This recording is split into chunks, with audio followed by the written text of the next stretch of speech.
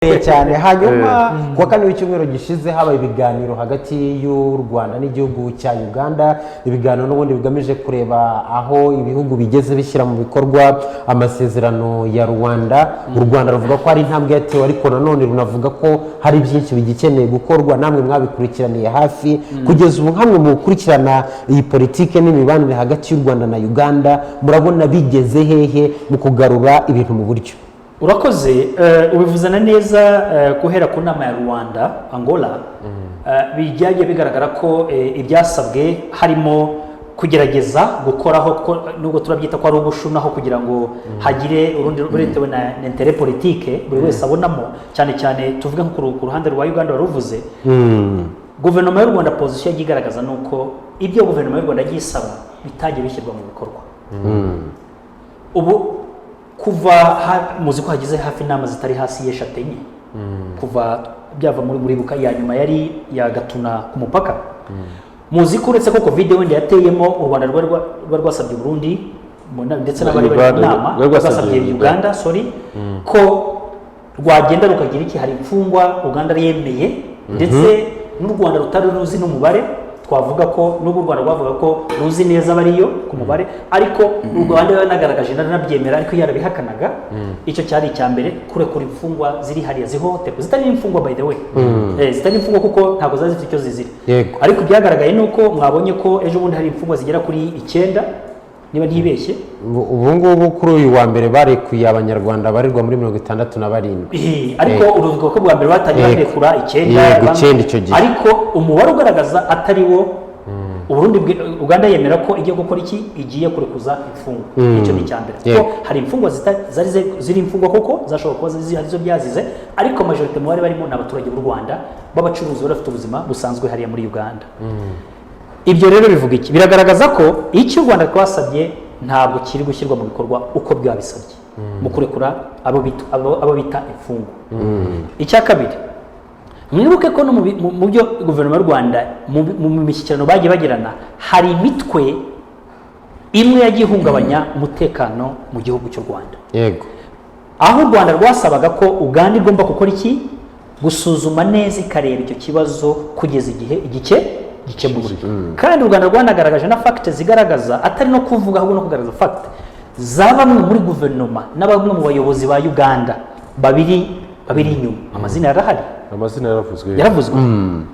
Icyo rero, ariko Uganda yo ikafungura abantu 3-4, ariko ikihutira kuvuga ngo namwe nimufungure umupaka. Mubona impamvu ikomeye yabiteraga ari iyihe?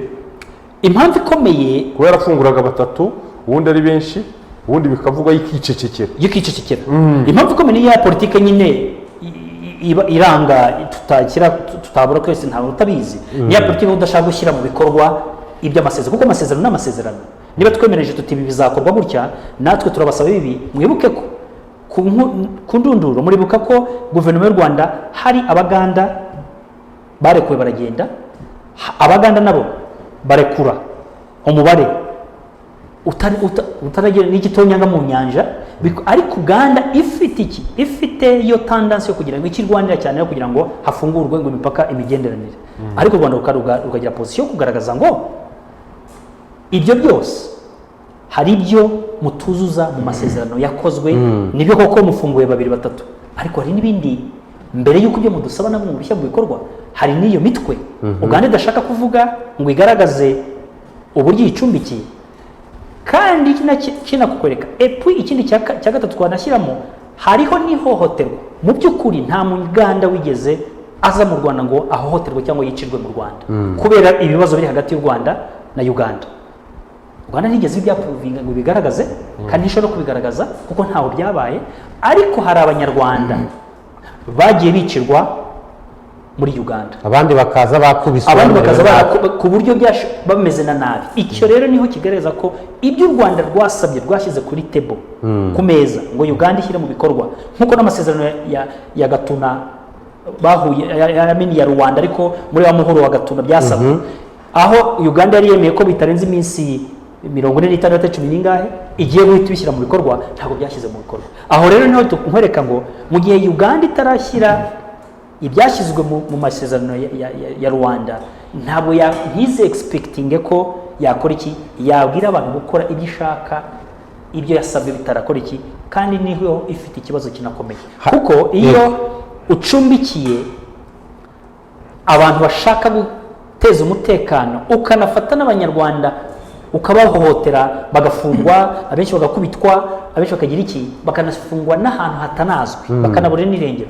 Aho ngaho niho byagaragazaga ko Uganda mu by'ukuri itanatomoraga ngo inavuge, ibi nabivuge kuko bihari, ariko fagite zikayibera ikibazo gikomeye kuko byagaragaza. Hanyuma rero Dr Buchanan, n'ubundi ibyo bibazo bimwe bikomeye biracyahari. Mu nama yabaye kuwa kane w'icyumweru gishize, Minisitiri w'Ububanyi n'Amahanga w'u Rwanda Dr Vincent Biruta yavuze ko hari icyizere ndetse hari n'intambwe iri guterwa, ariko nanone hagaragara ko hari bimwe mu bibazo bigihari, kuko n'ubundi bamwe mu bayobozi no mu nzego z'umutekano wa Uganda bakigaragara mu bikorwa byo gufasha abashaka guhungabanya umutekano w'u Rwanda. N'ubu hari abanyarwanda bagihohoterwa, n'u Rwanda rwagaragaje izo ngero, kandi ibyo n'ubundi ni bimwe mu bibazo bikomeye n'ubundi u Rwanda rwakomeje kugaragaza mbere. Ubu rero akenshi icyo abantu bavuga ese hari icyizere ko ibyo bibazo koko bikomeye byakemuka vuba, umubano nawo ukagaruka mu buryo bwa vuba bidatinze cyane? Urakoze. Icyizere cya mbere gihari kandi abantu tugomba kumenya ari Abaganda n'Abanyarwanda, ni ukuba u Rwanda rwemera kwicarana ku ntebe imwe na Uganda. Icyo kintu abantu bagiye gufataho ni kimwe mu cyizere kigaragara. Inama zimaze kuba niyo buriya ikibazo wenda nuko niba koko nta wifuza ko abantu bakomeza gupfira muri Uganda, nta wifuza ko hatabaho kugenderana, nta n'uwifuza ko habaho umutekano muke mu Rwanda na Uganda, ariko icyizere cya mbere tukibonera mu bikorwa guverinoma y'u Rwanda ikora byo kugira ngo yicarane n'Abaganda. Icyo ni icyizere kinakomeye, kuko muzi neza ko hariho n'ibihugu bishobora kumara n'imyaka 100 bitaricarana. Murabizi mu bihugu birahari. Wenda ikintu kikibangamiye kugeza amagingo aya, cya cyizere cyo kwicarana, nuko ibisohokamo kugira ngo bishyirwe mu bikorwa bigenda buguru ntege ku ruhande twese tuzi neza. Nibyo bavugaga nyine, aho Uganda isabwa gushyira mu bikorwa gukurayo, gufata imfungwa zose yashyize hariya zikazirekuza, kuko inyinshi zinarengana zitari n'imfungwa. Ahantu rero hakiri ikibazo gikomeye kandi twese tugomba kumvikanaho, wenda n'abantu bakunze kubona bakavuga ati no, cya cyizere kiraza amasinde, cya cyizere ndabona kitari kuza. Nuko kugeza amagingo aya Uganda itaremera ngo itohore ivuge ngo dore abantu mudushinja bahohoteye u Rwanda, bateze umutekano muke mu gihugu, imitwe yitwaje intwaro iri aho ngaho ngo bishyire ku mugaragaro ko bihari. Ariko u Rwanda rwagaragaje ukuri kuri ibyo ngibyo, inagaragaza na bamwe mu bafasha iyo mitwe. Aho niho wenda ibintu biri kugenda buguru intege, ari naho runazingiye cyane. Abantu bagombye gukora iki, ubu ari guverinoma ya Uganda yagombye gushyira ahagaragara, ikagaragaza ukuri kuri byo, kuko kugeza amagingo aya ntiratobora ngo bigaragaze, ikagaragaza n'ubushake ifite mu guhangana no kugira ngo isohoke muri kino kibazo. Yes, Bwana Buchanan, Uganda ni igihugu cyabaye mu ntambara, cyane cyane Museveni akora icyo bita gorira, akuraho ubutegetsi bwari buriho. Birazwi ko yafashijwe n'Abanyarwanda benshi bari mu gisirikare cya Uganda.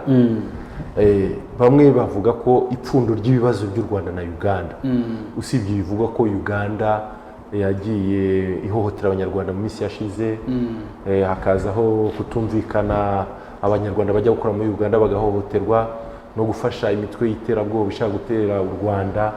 Ese kuri wowe ubona ipfundo ry'ibibazo ari aho ngaho riri, cyangwa nuko bamwe bavuga ko Uganda isa naho ngo ariyo yareze Abanyarwanda, yaba mu gisirikare, mu mashuri n'ibiki n'impunzi? Icyo kintu cyo ubona hari impact kigira iri negative, ku buryo hari ikibazo cyatera nk'impuguke mu yewe umbajije ku ruhare rwanjye, nakubwira ngo ibyo byose ni amareshya mugeni umuntu yitwaza kugira ngo ashyire ibyo ashaka kugeraho, kugira ngo bishyirwe mu bikorwa. Abanyarwanda bari Uganda ahubwo ni no kwibagirwa burya cyane uburyo ubutegetsi buriho muri Uganda, uko byageze ku butegetsi buriho, buriya ni ukwibagirwa cyane.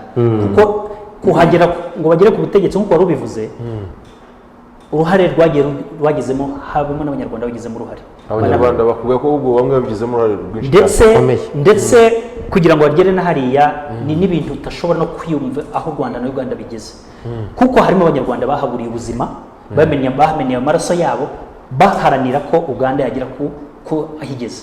Icyo nicyo kinababaza cyane. Ariko kuvuga ngo iyi amateka niyo ari gutera ibi byose, nakubwira ko harimo abatanzania n'abarundi bari barahungiye muri Uganda. Harambarwa kuki none Uganda idafitanye ikibazo n'abarundi, ko idafitanye ikibazo n'abaganda? Nuko Burundi bwo n'ubundi buri inyuma nta shyari. Niho rero nshaka kukwereka ko ntabwo ari ukubera ko ari ikibazo cy'abanyarwanda ari uko babaye Uganda bakahangana, ahubwo ikibazo ni systeme iri hariya idashaka kwamura ngo igaragaze.